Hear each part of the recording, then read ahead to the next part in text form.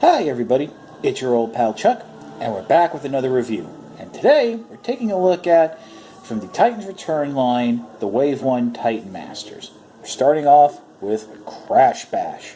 In case you're wondering what the Titan Masters are, well, these are basically the price point of the toy line that are the buy a toy to shut your kids up figures. I'm kidding, I'm sorry. These are a much lower price point. What it is you have a Titan Master with a partner droid that goes from 2 vehicle, or in Crash Bash's case, animal modes, and can function as a weapon for a larger Titan Master figure. Now we're starting off with Crash Bash because this figure actually comes a little mistransformed in the packaging, and I just wanted to clarify that for you and help you out. Basically, obviously the headmaster is not attached, so you just want to, the grip there will be folded up. These are folded back, and I think the arms are folded down, sort of like that. So basically, when you get it out of packaging, you want to just flip that head up.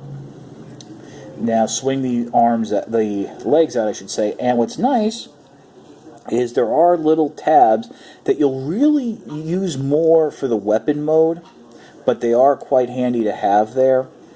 Then, the wings are on ball joints, so you just flip those out. And then the handle for the weapon mode actually acts as a platform that helps balance the figure and what have you. And of course, Crash Bash just pegs in right there. So I've already gone ahead and removed him. The transformation to dinosaur mode is actually kind of cool and involving, and it's actually the most involved that the Titan Master gets. So first what you want to do is take the Titan Master, going to lay it down on into the cavity there. The head will friction into place. There is like a little holder there. Next, what you want to do is bring the wings down, and you want to close them around the arms, like so. Next, what you want to do is go ahead and start. You want to bring the dinosaur head down. There are some grooves it'll sit in. At the same time, you just want to accordion Crash Bash's legs so that his legs will form the bottom jaw. Next, just go ahead and flip the handle down, giving the dinosaur a weapon mode. Next, just rotate the legs down and around into position. You can adjust the tail. The flying animal mode head becomes the tail, and here you have Crash Bash, and it's like monster, Tyrannosaurus, whatever mode. Kind of cool, really. And like I said, this is the most involved of the 4 Titan Masters from Wave 1. Weapon mode, again, it is kind of cool. You want to flip this up so it's standing straight out. Going to rotate the figure around so that you have the you're looking at the flying animal head. Rotate it up into the cavity, revealing a barrel, and then bring the feet down, and there are little notches right on the inside there that the legs will tap into, and really those notches save this weapon mode because it gets everything to line up properly, and you have a pretty cool dinosaur blaster gun thingamabob. So that is, like I said, this is the most involved of the Wave 1 figures, and I think it ends up coming out really cool. Next up is Loudmouth, and I gotta say, I had a lot of fun with Loudmouth. It's a kind of a cool looking figure. There is just one issue I have, and that's the legs are supposed to peg in underneath to secure it in vehicle mode, and you really aren't going to get them to peg in all the way, but if you get it like half, you'll notice that the headmaster will stay in place. So this is its first vehicle mode, which is like a little hover car. It now turns into an armored train. So you're just going to flip it over like this, flip these side panels down and around, flip up the front, and then basically with this now you're going to take Loudmouth, turn it into a head. We'll go over that a little bit later. And then with the legs sticking up, there's a port in the back of the cannons there that you're just going to basically slide the head into. So you do have that head connectivity. And here you have, like, I would say it's like a little armored train. Now, weapon mode is actually very easy. And in fact, most of these are very easy. You're just going to flip out the handle like that, and then flip the panels here out to the side. You can't leave them down because it would affect the ability for a robot to grab it. And if you flip it up all the way, you'll lose those molded-in missiles. But again, another little handheld weapon. Kind of cool. Like I said, I think I really like the fact that this is an armored train. Okay, now we're moving on to what I think will be the star of this wave. This is Nightbeat. This is Nightbeat's flying vehicle mode. As you can see, the legs peg in on those little posts right there, so we just remove that. To transform into its second vehicle mode, which is a drill tank, just go ahead and remove Nightbeat like I did. Flip up those side panels, turn it over, flip the nose cone around until the drill bit is out. Come in here, flip up this little yellow piece which will secure the nose cone. Now this is actually how Nightbeat comes packaged. And unfortunately the instructions, which I should mention are a little hard to read because they're on a dark paper with dark graphics. They actually go from the flying jet mode into drill tank and not backwards. So you got to figure things out a little. But once you have that done, again, you're going to be turning Nightbeat, or any of the other Titan Masters can fit in here, into its head mode.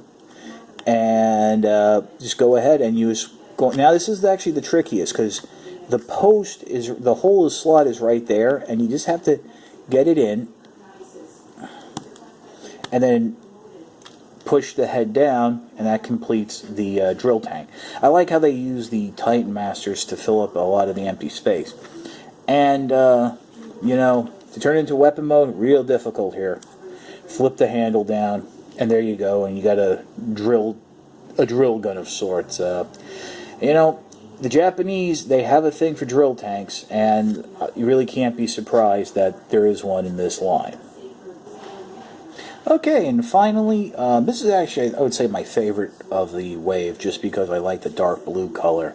Terri-Bull, which I think is a rename. I think there was the headmaster was Horrible. Yet, unfortunately, I know a lot of these are renames, and it's just been so long, I really don't remember. So if you can point them out in the comments, it'll be much appreciated for everybody else. Terri-Bull is this nice single-seater tank.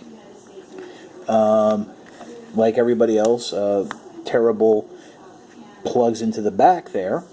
Now, with the tank, it turns into a jet. So the barrels, by the way, are individually articulated. So just make sure they're flat down. Turn it over. Flip down the sides of the treads here. They'll form the wings. And then you can come in and flip out the nose cone. Make sure it clicks down into place. Basically returning Terri-Bull to a neutral position, meaning its arms down to the side.